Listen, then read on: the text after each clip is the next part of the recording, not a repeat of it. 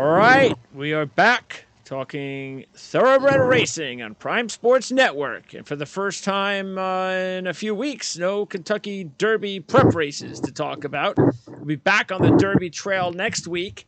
And really, for the next few weeks, we got a lot of big races coming up.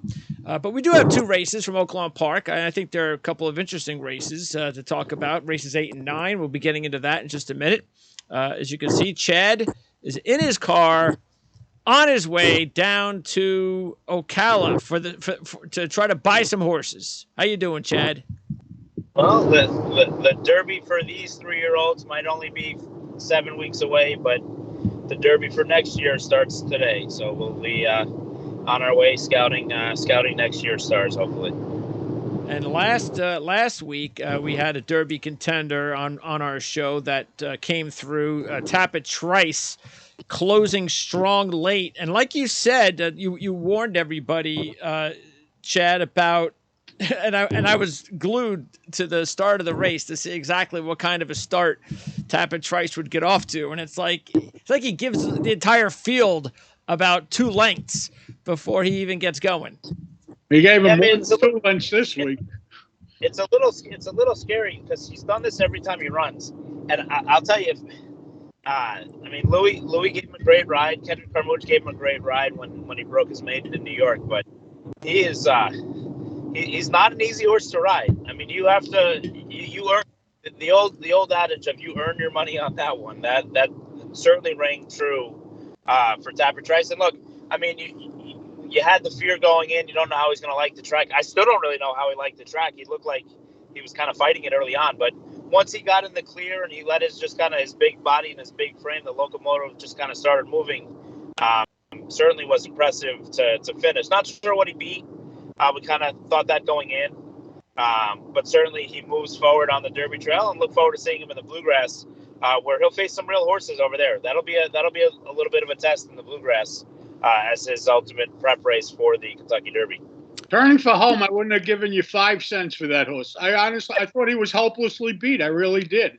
And again, like you said, Chad, he didn't beat much. No one was running better than 15s in that race. So, well, here's the thing, though, Chad. How does this horse stand any sort of chance to win the Kentucky Derby if he can't get off to any sort of a start? But by then they'll probably figure him out. It's Todd Pletcher. He's not going to just, I don't know. Chad, you're the trainer. You tell him. I mean, you harken back to last year with Rich Strike, horses like Mind That Bird. I mean, you can come from behind. It's not easy. And actually, ironically enough, a lot of the top contenders, other than Forte, come from behind horses this year. The army of Bob Baffert Yakteen horses that we were talking about over the last few months, they're down to 2 contenders. They only have 2 horses left that are even on the trail. Todd Pletcher, there's an article in Daily Race Form today basically talking about he only has 3 contenders. Normally he'd have 1 in every race and everything else. The barn is light on overall 3-year-old stock. And, Brad Cox has about 14 of them, and we'll see where they end up over the next 3 or 4 weeks. But it's not as deep a group. There's a lot of horses with points. This will be the first year, I think, in a long time that the points are going to matter. Normally, like a horse like Rich Strike, who ended up with 20 points or 18 points, ended up, entering the Derby picture last year. This year, it looks like it might take more than that. We haven't had a lot of injuries, thankfully. Normally you have a horse or 2 that ends up off the trail. Litigate, unfortunately, came off the trail this week, Arabian Night. As well for Yakteen Baffert. But otherwise, a lot of these contenders have stayed relatively healthy. And it's going to be interesting now because there's been almost in every race, and I don't know for sure, but I think there's been a different winner of every single Triple Crown prep race so far this year. Obviously, Forte doubled up. He won 2 last year and the 1 this year. But this year alone, I think there's been a different winner of every single Triple Crown prep race that we've had, which will make for an exciting finish to it as we get to the nitty-gritty here, starting with the Louisiana Derby next Saturday. Okay, so what does that tell you about the crop if you have a different winner every week? Parity. Yeah. Okay. Look. I was talking to Greg before we came on the air, and I was just pointing out to him how ridiculous betting these future bets are. Arabian Night was 6-1 last Saturday. Okay, 6-1. Sunday, you can rip your tickets up. Okay, so if you bet somebody, you got to go long. You can't possibly think of betting anything short. Yeah, no, I think if you wanted to take a shot on something over 60-1, a flyer at some point, that's fine. But it doesn't make sense. So 6-1 when you're 8 weeks away, and that horse had 0 points at the time. Right. Anything can happen. It was the Bob Crawford high nonsense. But by the way, Chad, you talk about how much harder it's going to be. So, for instance, and another horse that we were talking about before the show, we talked about Tappett's Conquest, and he did not fare well in his last race, but things were looking good up until that point. So now all of a sudden, he's 90-1 on the futures trail, but could you expect him to just come back? And he's definitely going to need to, have a really strong finish in his next race because he probably doesn't have many points. Well, he has some points, but yeah, I mean, I would think he would need a 1-2 finish in whatever prep race he runs in next. He's going to be entered in the Louisiana Derby. They'll take a look and see how that race looks on paper. May run somewhere else, but that's the thing. If to take 90-1 on a horse that you don't even know he's going to qualify for the race. I mean, it's the ultimate flyer. I guess I get it, but I mean, at least if you take, I mean, I guess it's similar to doing an NFL future wager right now. If you like Aaron Rodgers to the Jets and you wanted to take a future wager, they're not in the playoffs yet. I guess it's the same thing. He's not qualified for the Derby yet. So it's too late. The odds have already gone down. If you wanted to take a swing or something like that, I guess at 90-1 you could. But at this stage, I mean, gun to my head, I wouldn't think that Tappett's Conquest is going to qualify for the Derby, to be honest with you. Okay, well, but as John said, I guess if you're going to do the futures, those are the ones to wager on. And even instant coffee, the wager, because you have some big money on what, 90-1 to start with? 90, and then I got 53-1. And now he's down to 19-1. I didn't bet him last time. It was too short. I'm not taking 18-1 or whatever. By the way, Tapper Trice had an 8 as far as the sheet numbers. So the sheet numbers are going really nice for Tapper Trice. 17, 13, 10, and 8. That's exactly what you want to see. And even Classic Legacy, John, this was a horse that you liked last week. And even though he finished third, his sheet line is now, in his last 3, 18, 14, 10. So he might be an interesting horse to keep an eye on next time out. Well, if he couldn't beat that horse he couldn't even get second. So he finished third. Well, at least his sheet number went the right way. It's nice, but you can find a lot of horses with nice sheet lines. What does it mean? Okay, now we've got 2 races from Oaklawn Park. No Kentucky Derby prep races this week. 8th and 9th, the Whitmore Stakes is the 8th race. We're going to start with that, and then we'll get into the Essex Handicap, race 9. In this race, the 6 furlong race, it's interesting because a couple of the horses that look like they might be the toughest to beat, John, are both trained by Chris Hartman. Chris Hartman has the 2 Tejano Twist at 3-1, and also the 4 Edge to Edge at 4-1.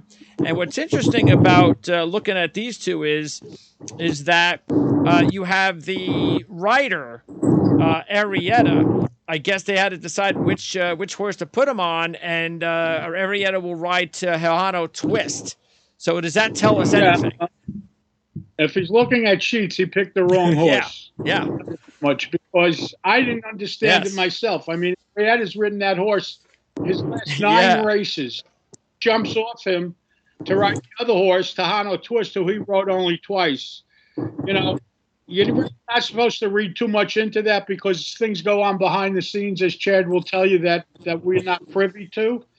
But Chad seems to find everything out, so maybe he'll figure it out. But I like Edge to Edge there. I really do. The line is perfect. He's 5 years old. He likes Oaklawn. He's won over the track. He's, in my opinion, he's the right horse. Maybe they're going to scratch one of them. I don't know. Chad, help me. as Lee Corso likes to say so often on College Game Day, not so fast, my friend. Tahano Twist he's a cool horse. He likes Hold on, he's 4 years old. How old is he? Let me explain something to you. Please do.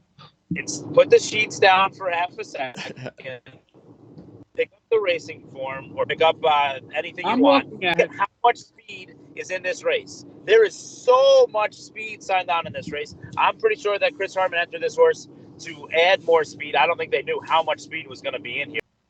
They are going to fly early on. There's only 2 horses in here that don't want to be near the lead early. One is Tahano Twist, and the other is Miles Ahead, and that's your exacta because they are going to fly in this race. I know it's a short stretch at Oaklawn and speed plays well, but it's you have the usual suspects, and then you add horses like Cogburn, you add horses like Pirate Rick because Norm Cash never saw a racetrack that he didn't want to visit.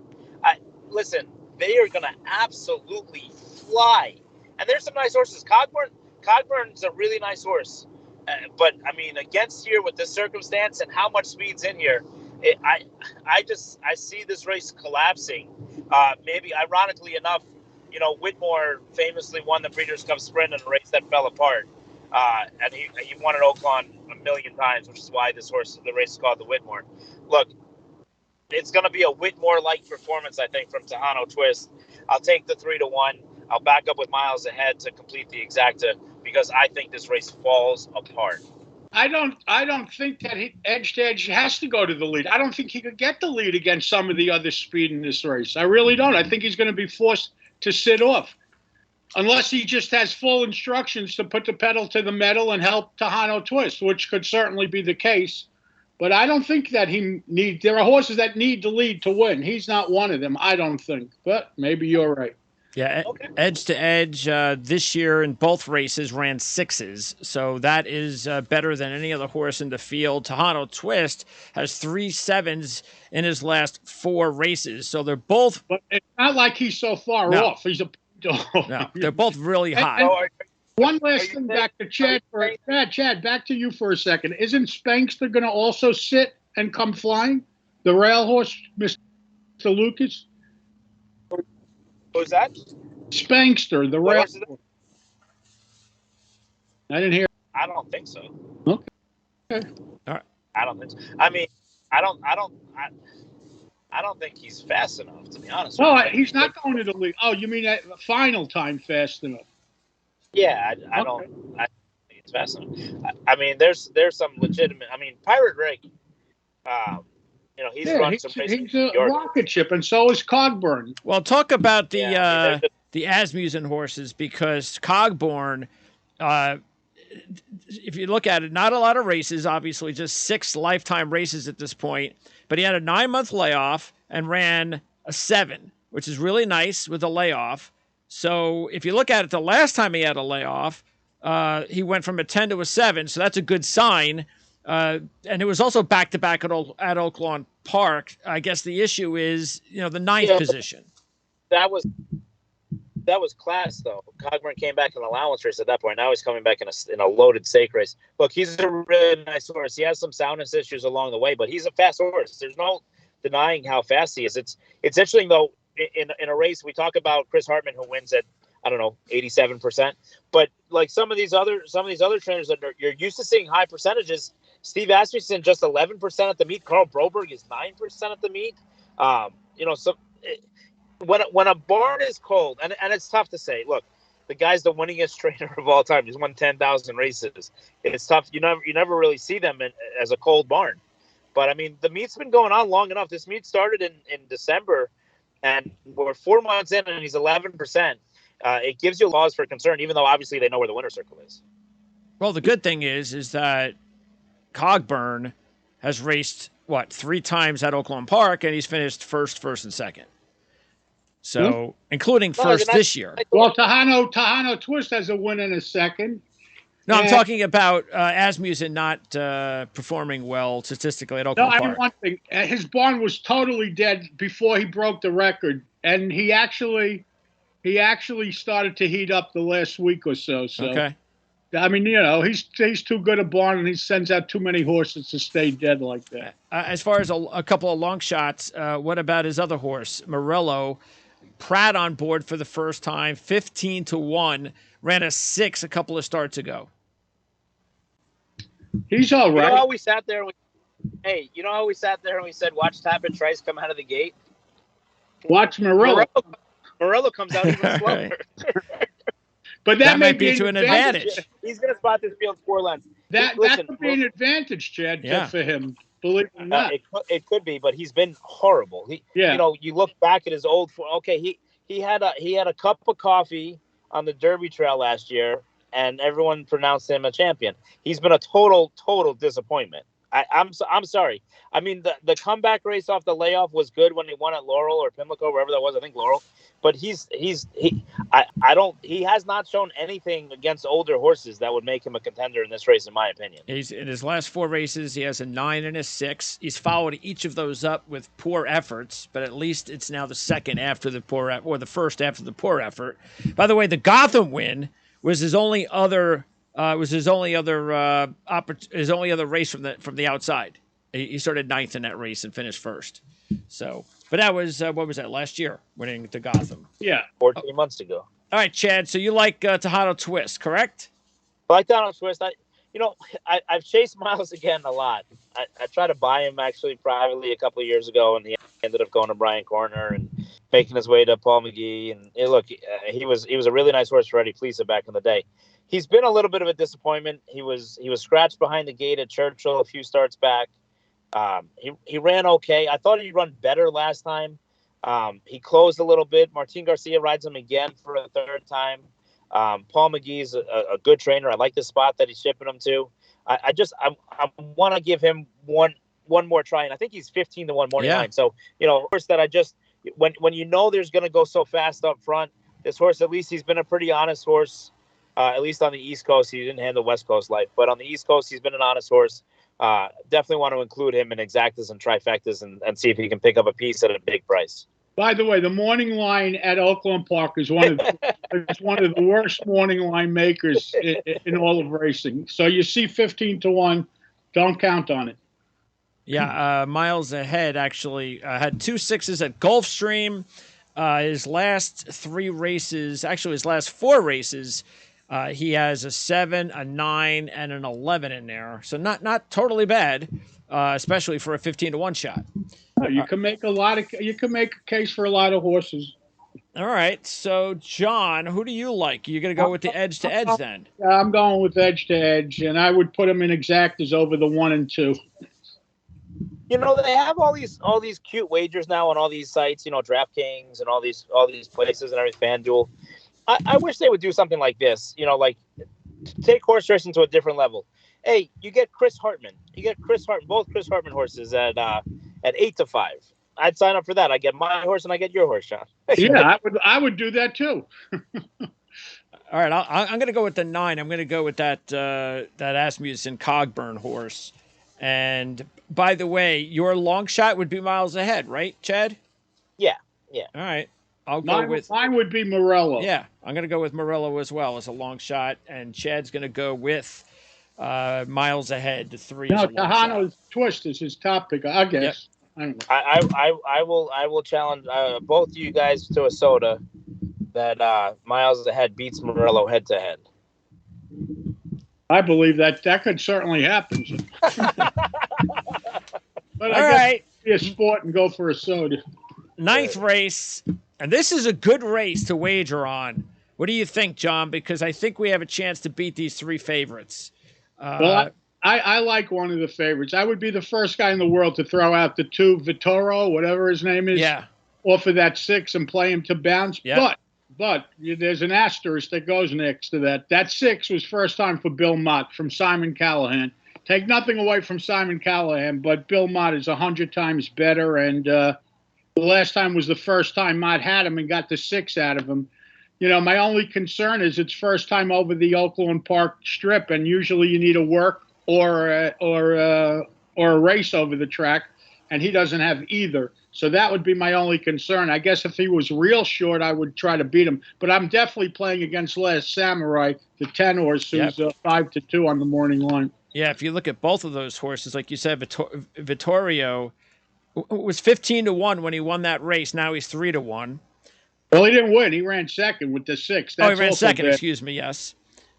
And the horse he beat him. Well, he was 15. Listen, he might have been the second choice at 15-1. Yeah, Charger was 1-9. and he got beaten his next start back. So, I don't know what you want to take out of that race, but I'm just looking at that the 6 was for Mott. So to me, that means something. And then the 10. And listen, it's good to see Martin Garcia back aboard a Kaleem Shah horse. He's had so much success over the years when he was first call rider for Baffert, and rode a lot of nice horses for Kaleem Shah. So good to see Martin Garcia back in the bike there for Kaleem Shah, putting those silks on. So for Bill Mott. The 2 coming off the 6, the 10 coming off the 6, Last Samurai, and if you look at it, he seems to always bounce after a single-digit sheet number. 9-12, 9-15, 8-2-11, and now 6. So, my biggest looking at this race, I know it's Brad Cox and everything, but how do they lay the 7 at 7-2? He's one of the slowest horses in the race off of the sheet. 21, 12, and 12 in his last 3 starts. And by the way, this will only be his 4th race since October 21. Yeah, and they lay him 7-2, but it's his third start for Cox. But that doesn't matter. You can't lay this horse at 7-2. That's crazy. And he's getting older and slower. Yeah. All right, so those are 3 of the favorites. Let's take a look at maybe some options like Silver Prospector, John. 6-1. The last 3 in the sheets are nice. 12, 10, and 8. The 10 and the 8 come at Oaklawn Park. So this, I think, seems like a really good play. The 8 is a top, though. Listen, it poured there late in the afternoon, so I don't know what the weather is. Obviously, if the track is off, it moves him up. But an interesting price horse to me would be Call Me Fast, the 4 horse. Yes, very good long shot. He's 15-1. Yes. He's got 10s, He's certainly faster than Feroza Dioro, that's for sure. And, Yeah, 2 for 2 at Oaklawn, 1 for 1 at this distance. And if you take a look, obviously, like you did at the sheets, all through his career, from the first race till the race at Keeneland in November, got better each race, had the one bad race at Churchill, came right back and jumped back on that sheet trajectory going 12 and 10 this year, both at Oaklawn Park. So, I mean, this is a really solid sheet line. Yeah, and another one is Keystone Field, the 9 horse. He's also 15-1. I mean, those are a couple of price horses that have real shots. Yeah, the only thing with Keystone Field is the age. 8 years old. That's it. Okay. That's all. But you're getting 15-1. He's banging out races. Draw a line through his last race. The previous 4 starts are all good. Yeah, he was on a 4-race run from October to January with 3 wins and a runner-up with sheet numbers of 9, 10, 8, and 7. Okay, so then you answered it yourself. Chad? I gotta go with Mott horse here. Mott's been breezing him with some good horse. He breezed with Elite Power actually before Elite Power went to Saudi Arabia and won the Riyadh Dirt Cup. Nobody was gonna beat Charger that day. So for him to run the second the way he ran it, even though that race itself the form doesn't hold up because Charger was so bad next time out, I thought he ran well to be second on that day. I look for the horse to move forward. And to be honest with you, I mean, Bill Mott's on one of these heaters that coast to coast. Some guys against them. Some guys get hot at one track, like if they're all over the place. He's hot at every track. Every horse he sends out. It's amazing. Everywhere. I cat last week at Gulfstream won by 8. He's Elite Power won in Saudi by 5. He's got all these Derby contenders. Rocket Can, won the home back and ran second. Art Collector runs next week, back in New Orleans. I mean, and in New York, he's winning race after race after race. So, I'm just in William Ivan Mott we trust. I'm gonna ride with Bill Mott here. How about a long shot? Do you like a long shot in this race? It was a tough race for me to get my head around because I felt like the long shots were long shots because they're inconsistent. Even a horse like Silver Price, he's inconsistent. There's a lot of buts in this race, and in a race like that, where so much can happen in so many different scenarios, I tend not to spread too thin and really try and get cued. And when you do that, you end up losing, and the horse you like won the race, and you lost money. So on this one, I'm not going to really go with the long shot just because I don't trust any of them. I really don't. I've chased Forza de Oro for so long. When he was with Mott, I loved him. He got hurt. He came back. He's been with Brad. He worked with Cyberknife. I thought he was the real deal. He's been so disappointing in both his starts.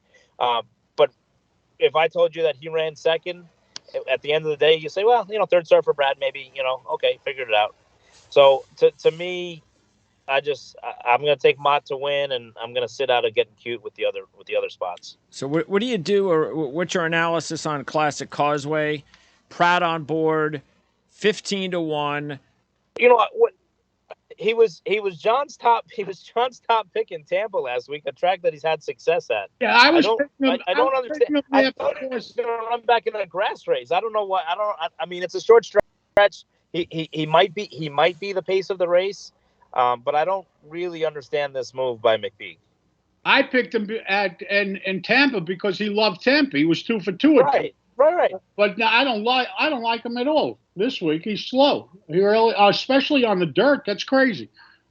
And you mentioned Necker. Did we talk about Necker Island? 0 for 3 at this distance. I mean, the distance change is the big deal.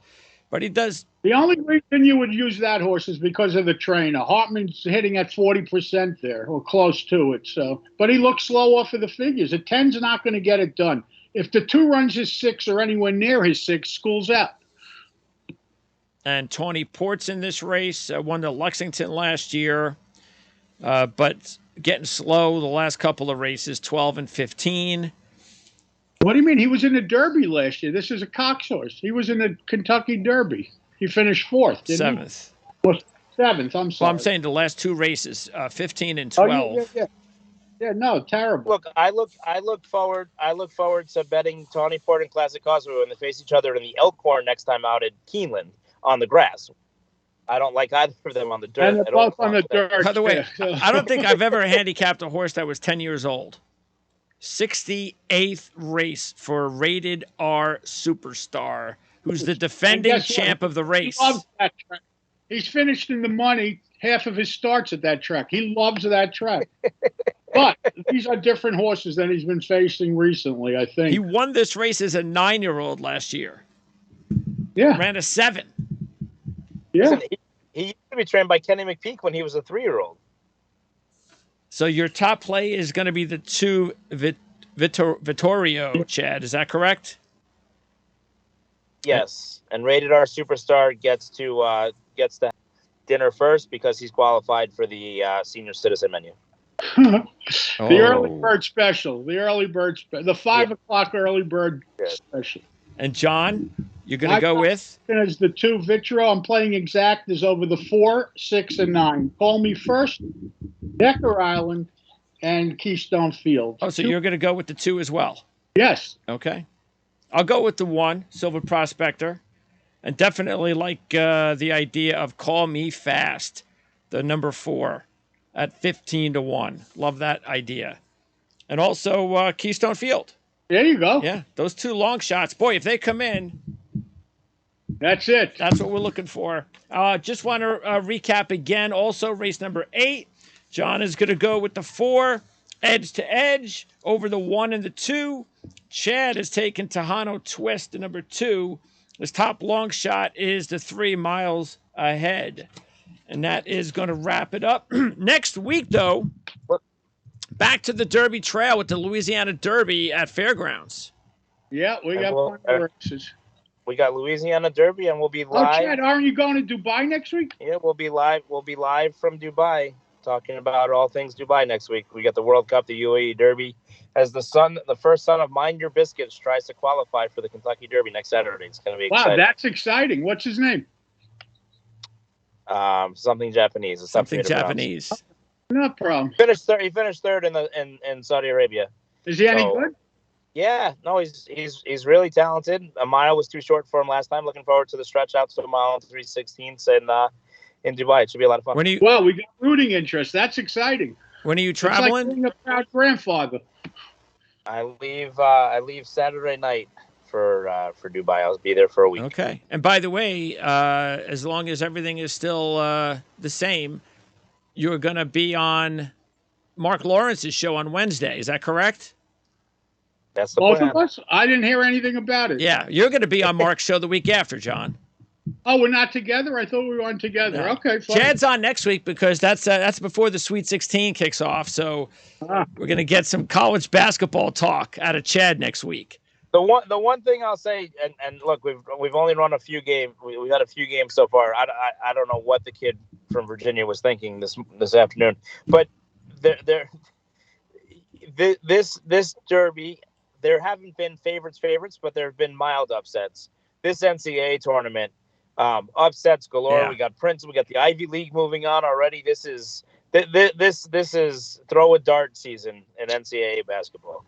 Should be a lot of fun. We'll talk more about it. Hopefully, your Kentucky team will be alive when we talk hoops on Mark's show. Again, that's at Playbook Experts. That's the YouTube channel. Check it out because we'll have to find out how Chad does when we talk next week on this show with Jon Hardoon as we preview the Louisiana Derby. So, guys, appreciate it. Thanks. Stay safe and be well. Talk to you